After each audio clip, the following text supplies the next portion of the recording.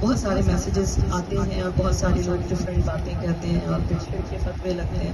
حالانکہ شرک کے فتوے لگانا کتنا ڈینجرس ہے یہ وہ خود نہیں جانتے کہ اگر وہ جس پہ شرک بدعت یا کفر کے فتوے لگا رہے ہیں اور وہ حقیقت میں مشرک نہیں ہے. مشرک و کافر و بدعتی بات ایک ہی جانا جاننے نیت نہیں ہے. تو اگر وہ یہ فتویٰ لگاتا ہے اور وہ واقعی مشرک نہیں ہے, وہ کفر نہیں کر رہا ہے, تو وہ کفر اور شرک و بدعت اس پہ لوٹ کر آئے گا. مطلب وہ جب مرے گا خود کہنے والا تو وہ ہو سکتا ہے کہ شرک میں مبتلا ہو کے مرے, کیونکہ اس نے مسلمان کلمہ گو کے اوپر یہ فتوے لگائے ہیں. مشرک کافر, آپ جس کا ڈکلیئر دے گا مشرک اور کافر ہے وہ تو مشرک کافر ہے ہی.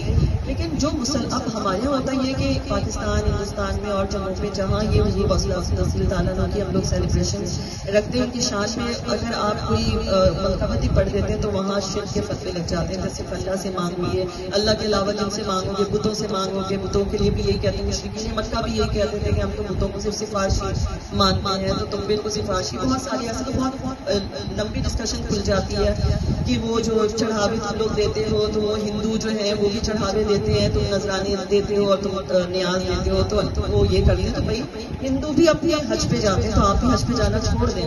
ہندو وہاں پر اپنے متبرک پانی سے نہا کر آتے ہیں اور پانی ساتھ لے کر آتے ہیں, آپ آب زمزم لے کر آتے ہیں. تو سملیرٹی ہو گئی نا, ہم آب زمزم لا رہے ہیں اور وہ جی وہ متبرک پانی اپنی جگہ پہ لا رہے ہیں, وہ بھی وہاں سے نہا کر آ رہے ہیں, وہ بھی حج پہ پورے جمع ہو رہے ہیں خاص موسم میں, ہم بھی حج پہ جمع ہو رہے ہیں. تو پھر تو یہ ساری سملیرٹیز دیکھ لیں تو حج بھی چھوڑ دیں, سب کچھ ہی چھوڑ دیں. ان کے بھی پنڈت دو چادروں میں ہوتے ہیں, ہمارے بھی حاجی دو چادروں میں ہوتے ہیں, وہ بھی چھوڑ دیں.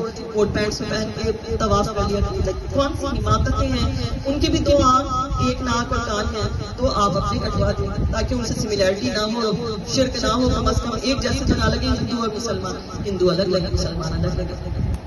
عجیب و غریب چیزیں ہیں, بہت ہی عجیب سوچیں ہیں, ان کو ذرہ برابر خیال نہیں آتا. مسلمانوں ہی میں وہ لا کے دکھاتے ہیں کہ ان کو دین سکھاؤ, ان کو اسلام سکھاؤ, شرک سے ہٹاؤ. اور قرآن پاک میں سورہ یونس میں اللہ تعالیٰ کیا فرماتے ہیں, الا ان اولیاء اللہ لا خوف علیہم ولا هم یحزنون, کہ خبردار یہ جو اولیاء ہیں اللہ کے, دوست جو ہیں اللہ کے, یہ کون ہیں, ان کے اوپر کوئی خوف نہیں ہوگا, کوئی غم نہیں ہوگا ان کے اوپر اس میں. اور باقاعدہ بخاری شریف کی حدیث ہے جو ہم نے خود اپنی آنکھوں سے بھی دیکھی اور پڑھی ہے, مارک بھی کر کے رکھی تھی. اس میں یعنی سنی ہوئی تو بہت ہے کہ یہ جو اولیاء اللہ ہوں گے ان کو تو اللہ تعالیٰ بتا دے گا نا کہ آپ جنت میں چلے جائیں, یہ تو بلا خوف و خطر اور بلا حساب و کتاب جنت میں جانے کے لیے کھڑے ہوں گے.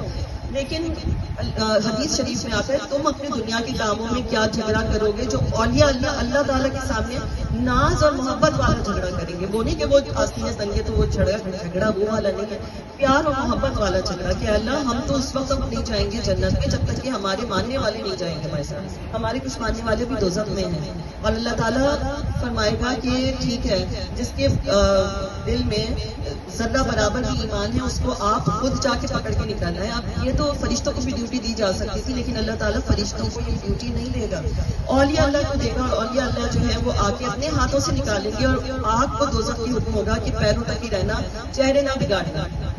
کسی وجہ سے وہ جہنم میں تو چلے گئے لیکن ان کے چہروں کو بگاڑنے کی اجازت نہیں ہوگی تاکہ پہچان لیے جائیں. اور اس کے بعد پھر اسٹیپ بائی اسٹیپ ابھی بھی وہ کھڑے ہوں گے کہ نہیں ابھی بھی ہم نہیں چاہیں گے کیونکہ ہمارے ماننے والے بھی وہاں ہیں. پھر اللہ تعالیٰ اس طرح رائی کے برابر اس طرح جو ہے اسٹیپ بائی اسٹیپ کم ہوتا ہوا وہ آ جائے گا.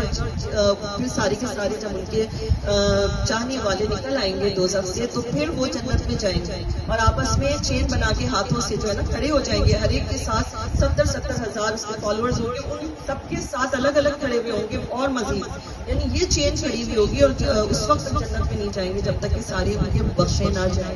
یہ ہم آپ جو کرتے ہیں یہ بے فائدہ نہیں ہے, ٹھیک ہے, یہ فائدہ مند ہیں, ٹھیک ہے. اور یہ فائدہ ہم لوگوں کو انشاءاللہ دنیا میں بھی نظر آتا ہے اور مرتے وقت بھی نظر آئے گا, اور پھر قبر میں بھی نظر آئے گا, پھر انشاءاللہ قیامت میں بھی نظر آئے گا, ٹھیک ہے. تو ہوتا کیا پھر اس کے بعد کیا ہوگا, اچھا کیوں اللہ